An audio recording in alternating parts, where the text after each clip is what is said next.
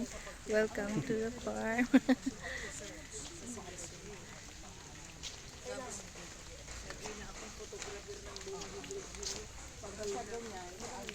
Ikaw ang makakasabi niyan.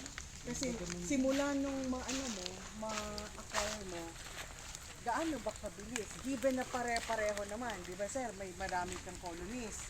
Halimbawa sabay-sabay sila. Yun po ang ginagawa ni Sir Henry, ino-observe niya. Kasi yung kinikilala nating Biroy, may iba-iba din na behavior.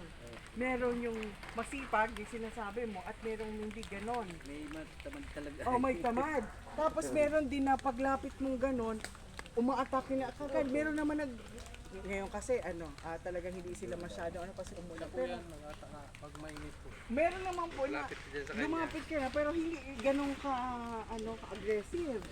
Oo. Yan kita po yan pag mainit. Yan Lapit po. ka po dyan. Yung your sir Sammy, pagka i-observe mo kung Ano po, base sa experience ko, pag yung lumapit ka sa bubuyog, kapag ito ay sinigit agad, ayun yung masipag. Tapos Hindi yung, ba yung isa pang tamad na yung isang tetragonula labicid, yung gumunggo natin. actually po, ang tetragonula laevis ay hindi tamad. Siya talaga, yun talaga ang kanyang nature. Natural yun sa kanya. Hindi mo siya pwedeng ikumpara dito kay Beroy.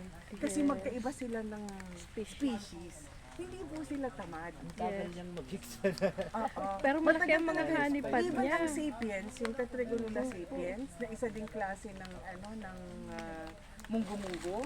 Kasi madami tayong munggo-munggo. Yes po. Pero yung dito sa atin, meron tayo nung Ladyceps saka yung sapiens. Pareho ito munggo-munggo.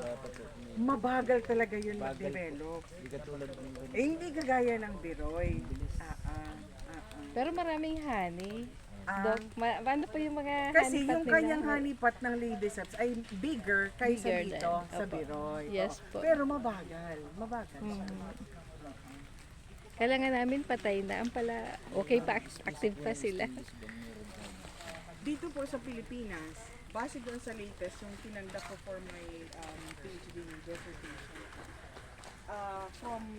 meron tayo 5, dadagdagan nyo naging 15 na po. So, pero dito Hi, ma'am. Tapos yung nakita naman yung increase ng production ng Ladyceps. Yun yung identify. parang mas marami nitong nakaraan. Wala po tayong carbonaria. Ang Tetragonula carbonaria ay sa Australia. Pero kapatid yung Biroy. Ang itsura ng root ng carbonaria at saka yung behavior ay Biroy yung ginagawa ng mga kasi pareho sila ng ito subgroup kasi po itong mga stingless is may particular subgroups. So,